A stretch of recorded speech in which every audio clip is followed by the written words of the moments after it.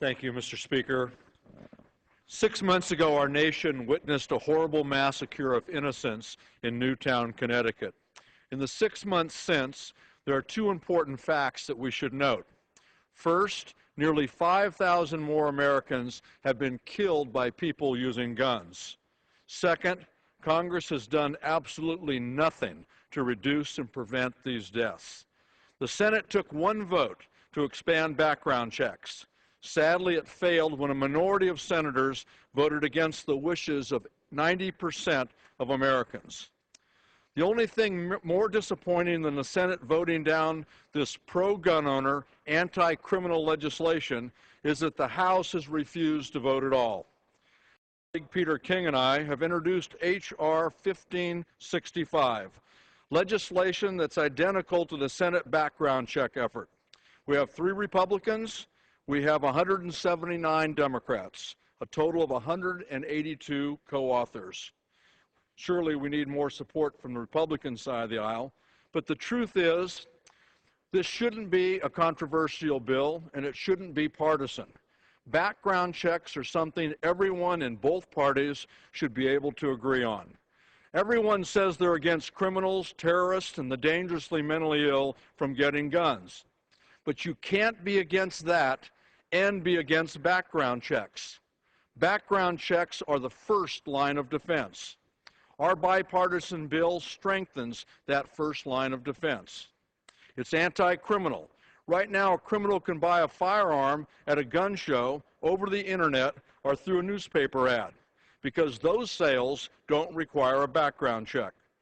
Last year, the background check system identified and denied 88,000 gun sales to criminals, domestic abusers, those with dangerous mental illness, and other prohibited purchasers.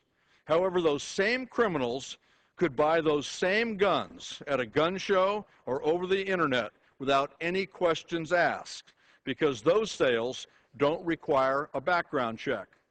Our bill closes this huge loophole, greatly reducing the number of places a criminal can buy a gun, because our bill would require background checks at all gun shows and for internet or newspaper sales. Our bill's pro-gun owner and pro-Second Amendment. It provides reasonable exceptions for firearm transfers between families and friends. You won't have to get a background check when you inherit the family rifle or borrow a shotgun for a hunting trip, or purchase a gun from a friend, hunting buddy, or neighbor. It bans the creation of federal registry and makes the misuse of records a felony, punishable up to 15 years in prison. It allows active duty military to buy firearms in their home state or the state in which they're stationed.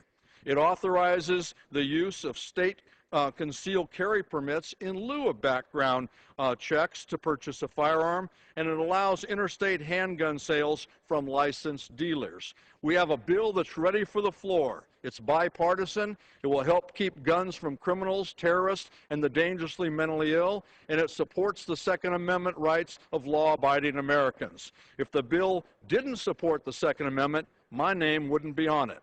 I'm a gun owner, and I believe that law-abiding Americans have a constitutional right to own a firearm.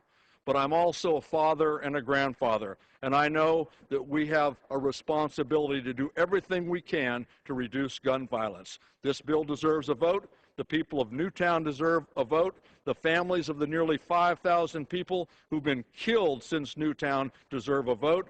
Our kids and our grandkids deserve a vote. Mr. Speaker, please give us a vote. I yield back the balance of my time.